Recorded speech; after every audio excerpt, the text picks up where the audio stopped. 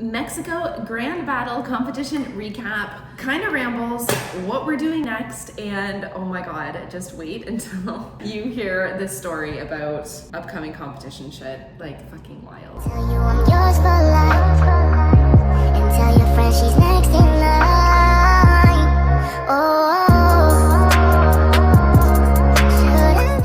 Hello, strong friends. This is cool, right? I'll take second place. I'm happy with this. This is probably going to be a two-part video because I feel like I have a lot of things, not just to ramble about, but talk about, and I feel like one video is just gonna be way too long. I am still waiting on the judges' feedback from my last show in Mexico City, but that was almost 2 weeks ago, and I think that if I wait too long, I'm gonna forget everything that happened. So I want to get this out because I'm still in prep and my brain is not functioning 100%. So I need to talk about these things and get them out before I do actually forget about them. So I wanna talk about my last competition, which was the Mexico Grand Battle presented by Sharu Classic. And I had no idea what Sharu Classic was. Basically, it is this guy from India. His last name is Sharu, I think. He is like a sponsor for a bunch of NPC competitions in Mexico. I think these shows in particular have helped bring a better standard of NPC and IFBB competitions. Obviously, I am not a very well-seasoned athlete when it comes to this sport, but just comparing this show versus, basically I did this show last year, which was called Monterrey. Other than the stage lighting, if I'm being completely honest, just the organization and the presentation and the media, like all of that stuff was way better. And I think the judging panel was better and all of those things. It was a friggin' awesome show. I am really happy. I came second in my class. Second in my class in this show. There was a lot of bikini competitors. I think there were, I don't know, 6 or 8 girls in my class. I can probably find out, but I really don't care to go look. But there was more than 2 of them, so I didn't come last like I did last time. I will get through the judges' feedback probably in the next episode, but the girl that beat me, I believe I had a better front pose, probably the best one on stage in my height class. A phenomenal presentation. I'm still very, very proud of the presentation. I did make some improvements from the Cancun Classic. She beat me from behind. She had better glute ham tie-in, definition, and cut. If you saw my last YouTube video talking about the Cancun Classic, I was talking about how you basically need kind of like shadow and definition in the glute ham tie-in region, but not like a hard cut, crisp, dry line. We don't want to see striations, but there does need to be some kind of like definition. I was looking at my stage photos and looking back at my back pose in the photos, I was like, this looks like fucking garbage. But there have been numerous people, not just my coaches, not just other competitors, but people who didn't even compete in that show who are in this industry, they're like, the lighting just wasn't good. I will take it with a grain of salt. I feel like photos and videos never do the same as the real experience. Like I've said before, nothing wild really happens in peak week for bikini competitors. Although this time we did manipulate, mild manipulation, my water and my sodium intake a little bit. We wanted to get me just a little bit tighter and see if we can really bring in the glute ham tie-in just a little bit more. That area of my body is kind of the last to get tight. My upper body is really lean. My core, I think we can all agree, my core is fairly lean and I don't carry a lot of fat around there. It's my lower body, more so the under of my glutes, which is funny because the sides of my glutes, like my glute medius, there's striations on them, which we don't want as a bikini competitor, yet I still need to lose fat in the like lower part of my glutes, but I have good glute size. Like it's such a weird fucking science. Like it's crazy. But anyway, we're doing like very mild sodium and water manipulation. So the day before the competition, it is literally a matter of like check in with my coaches, get their feedback, eat the meal that they're telling me to eat, rest, and repeat 5 times. That is the whole like day before the show, aside from extra spray tan and doing like the athlete registration or check-in. And after every meal, we would kind of assess my physique and my coach would say like, okay, no sodium or no extra like sea salt at this meal, less water or more water, whatever the case is, just kind of manipulate. I don't understand the science behind that. This is why I'm not a prep coach. I leave that to the professionals. It definitely made a difference. We saw my body weight drop a little bit. I definitely got a little bit tighter. And then we brought the best that I possibly could on stage day. I did my own makeup this time. I was hoping to have the girl who did my makeup at the last show to come with me. Unfortunately, that just kind of fell through because things happen. So I ended up doing my own makeup, which is great, and it just gives me more practice and confidence. So now I also do my own spray tan, which is phenomenal. And when I was in Mexico City, I actually got hooked up with a meal prep company called Athlete. I've posted about them a couple times on Instagram. This guy, Hector, is fucking amazing. I don't know if you know, I used to do meal prep years ago when I lived back in Canada. Before I went all in on online training, I was a personal trainer, and we had a gym in our backyard, and I did in-person training, I did online coaching, and on Sundays, I would do a meal prep service. So basically, clients or customers would order the meals that I had like available online. I would go to Costco, I would do all of the food. Some clients wanted, like, listen to this is like total side tangent. But some clients of mine would be on my macro program. So I would be checking in with them weekly with their nutrition targets. I would literally prepare the food for them and be their trainer multiple times a week. Like, they had the best hookup. And those clients, of course, saw like phenomenal success, because it's like, here's your food, eat it, and show up to your workouts, and we're literally gonna change your body. It was the best thing ever. So anyway, I understand how great meal prep is when there is like an athlete behind the whole concept of the company. So this guy, he comes back into the story later, so we're gonna save that. So I didn't have to cook rice or fish in my hotel room, which it's nice for everybody. So just I'm learning how, as I compete more, I'm learning how to delegate tasks, ask for help, and do things independently without relying on others, which like almost seems conflicting. But like, if I don't have to get my hair done by somebody, if I don't have to get my makeup done by somebody, and if I don't have to get my spray tan done by somebody, that helps me so much, because I can do things on my own terms. I don't have to go anywhere. There's less stress involved, less appointments. Like, when there are spray tans required, you don't get to choose your time slot. So there's been people that have woken up at like 3 o'clock in the morning to go get their second coat of spray tan done the day of the show, when they don't go on stage till like 3 in the afternoon. I can't deal with that. So if I don't have to deal with that, that's great. But then if I also don't have to deal with doing meal prep and I can delegate that task, holy fuck, that saves so much stress and worry. Even before the show was over, we already knew that there was going to be more. I have 2 competitions that I'm actually doing in December. We already have that like planned. I booked all of that, registered, and we booked like flights and hotels. All of that stuff was done even before this competition, even before we flew to Mexico City. With that in mind, knowing even if I came in first place, there's still work to be done. In case you wanted to know, we have Hurricane Lisa. Not actually here in Cancun, it's like down south, but like we're getting bitch wind and rain right now. Anyway, we knew even before the show finished that we had a plan. My coach, like literally I got off stage, he's like, okay, you're still on your plan. I'm like, I know that. I am not the kind of person to have like cheat meals. I think you've like understood that about me by now if you follow me on social media or you've watched past YouTube videos. Christian and I, my husband, we went out for like a lunch afterwards. It was steak, and I think I had some vegetables.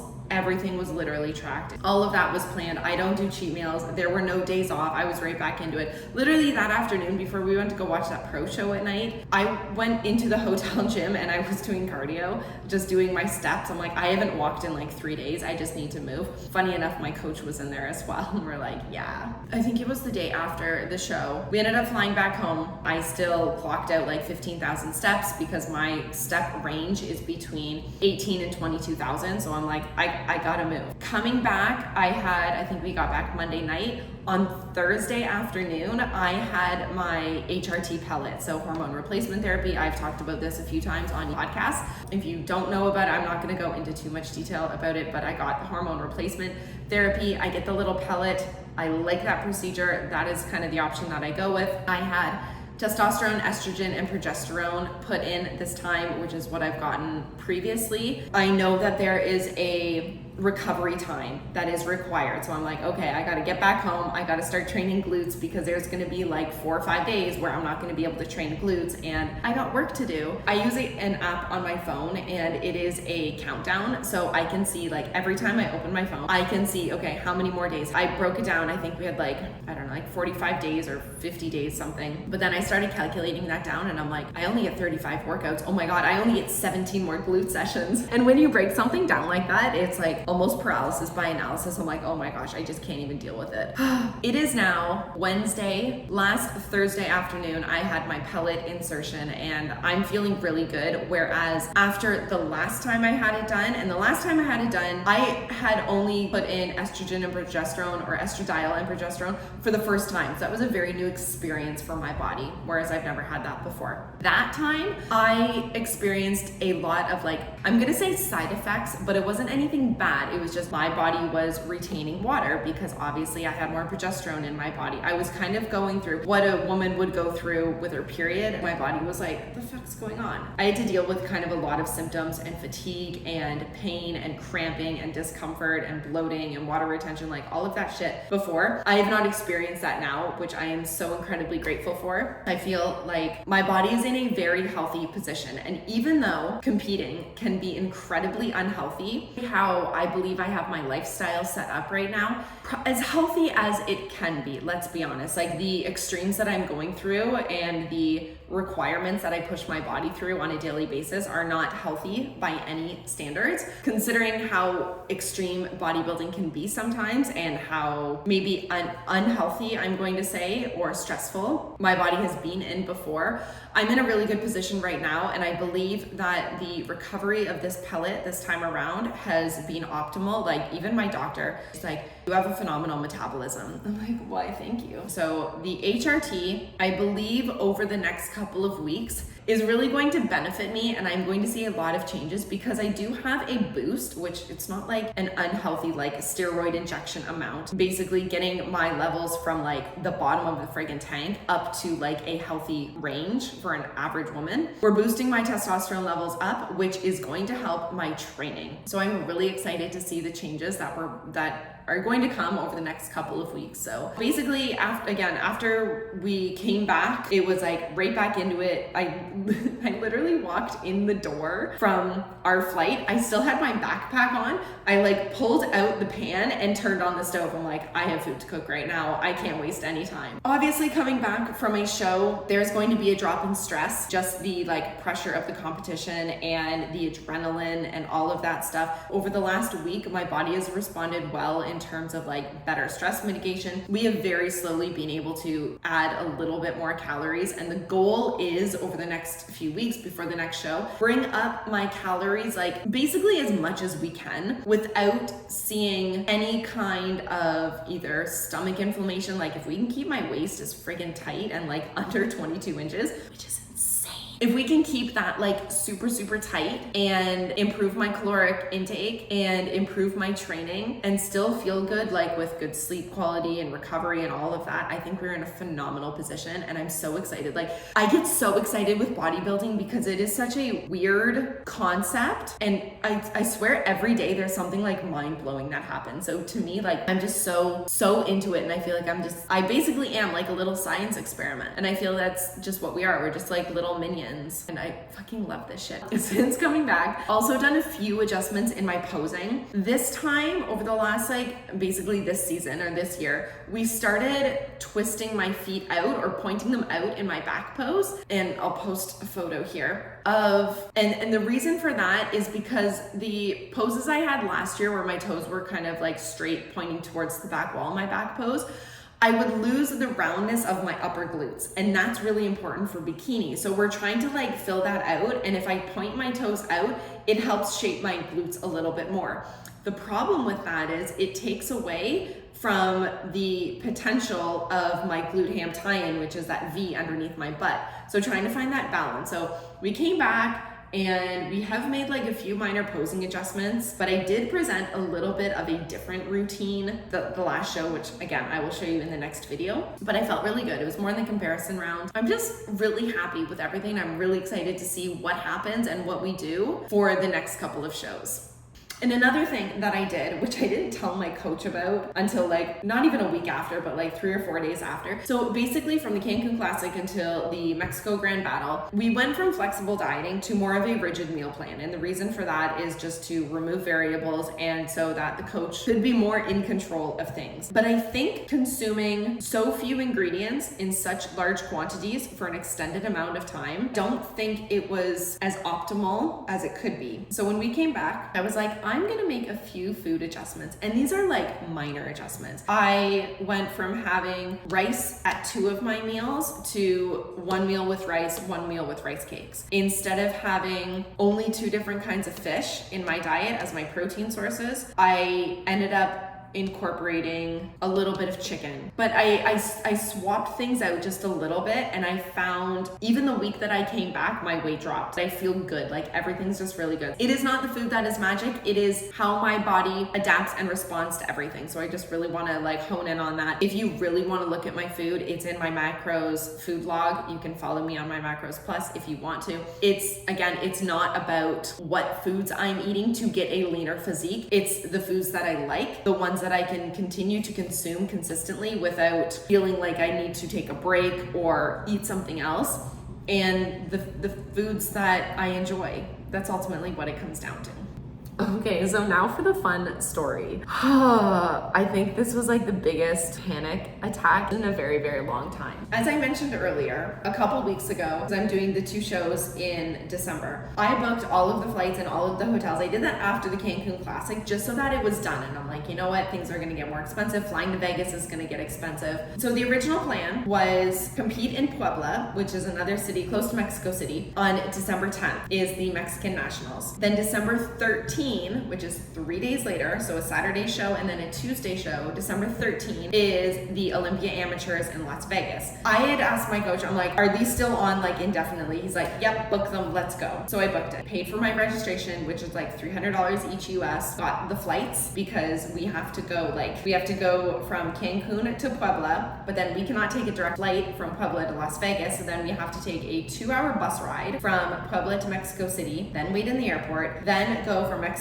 City to Las Vegas with the international, like going over the border, count for the time zone difference, book the flight for Las Vegas, stay because that show's on a Tuesday and we wanted to stay until that weekend to watch the Olympia, like the whole show, do the expo and all of that. We're not doing the Saturday night show because those tickets are $800 each. Cannot justify that to save my life. I got all the shit booked, our flights, our hotels, all of it organized. Then I left it for like 2 weeks. Last week I'm going through and just like I'm putting into my calendar our check-in hotel times and what time I have to do my athlete registration and what time the shows are and if there's prejudging and finals, if there's separate shows and stuff like that. And then I see the Mexican Nationals is on December 11th. And I think unless you're a competitor, you don't quite understand how insane that is. Going to a show, if you're flying, you probably want to get to your show like 2 or 3 days prior so that you can account for the adjustments, the living situation. Maybe there's an environmental factor, like there's different air pressure, which I experienced. Like I felt a little bit weird going to Mexico City. Time difference that we have to account for, all the like the little appointments, stress mitigation, all of that stuff. Like you have to be organized ahead of time so that you're settled, so that when you are ready to compete, you're clear and you're focused and you feel friggin' fine. So there was already a little bit of a rush. Compete on the 10th, which was the plan. Then on the 11th, we would fly to Vegas. I would chill for the afternoon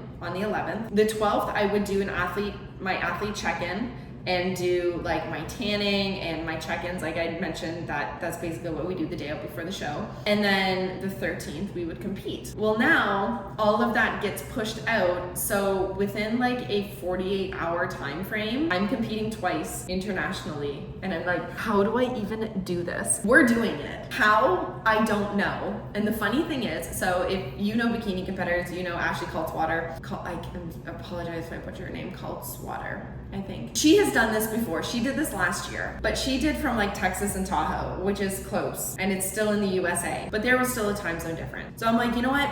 If Ashley K can do this, I can do this. Again, if you don't know bikini competitors, she is one of the top Olympians in the world and the most medaled. So she has the most medals of any IFBB athlete ever in history. And I'm like, she can do it, I can do it. Why not? But this is the mentality that I have to have. Like, otherwise I'm just gonna freak out. Like, I'm not gonna be successful. I'm just gonna be so stressed. I'm like, you know what? I've already done 2 shows this year. Worst case scenario, I think with all of this, is the flight gets canceled and I can't make it to to Vegas. Like at the end of the fucking day, it is what it is.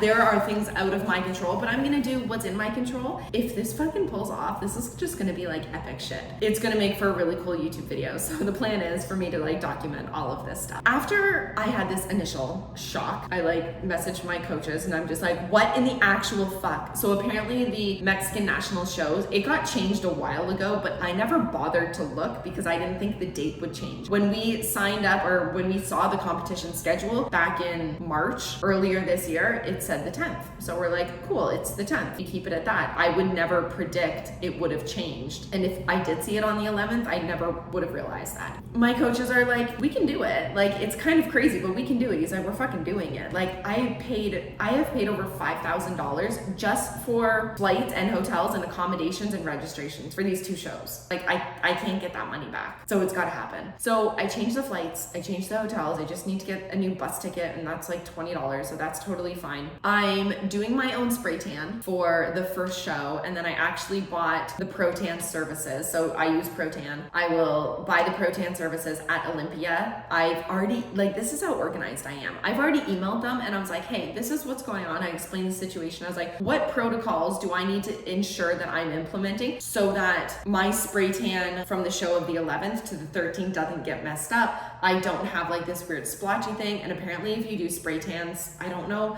how this actually happens, but like there's been times where like skin has turned green because of the, like, I guess resistance. And I was like, how can we make sure that doesn't happen? So that's like all clear, good to go. The great thing is I can do my own makeup, so I don't have to worry about trying to fit in these extra appointments. Doing my own hair. I'm actually gonna get my hair extensions put back in. Last time I think I had mentioned I did the halo, which was nice, but I just really want my hair extensions. Actually, I need to order those from Amazon. But we're gonna see what happens. Like, I'm just really excited. And circling back around, the meal prep company from Mexico City, this guy, he is going to prep my meals, all my meals from the time I arrive in Puebla, which is like December 7th, I think, for the 5 days I'm in Puebla. And then the next day when I fly to Vegas, he's gonna prep all of my meals, vacuum seal them. I actually bought him a vacuum sealer to help me out with this. I am gonna have all of my food, so it's gonna be compressed, it's gonna be easy to travel with, it's not going to spoil, and that just makes things so much easier. So all right, so that is my wrap up of this first YouTube video. I will do another one talking about show day experience, and when I get videos and judges feedback, I will share all of that with you so that you can see kind of what's going on, how I've improved, and where I still need to improve. That is part one of this two-part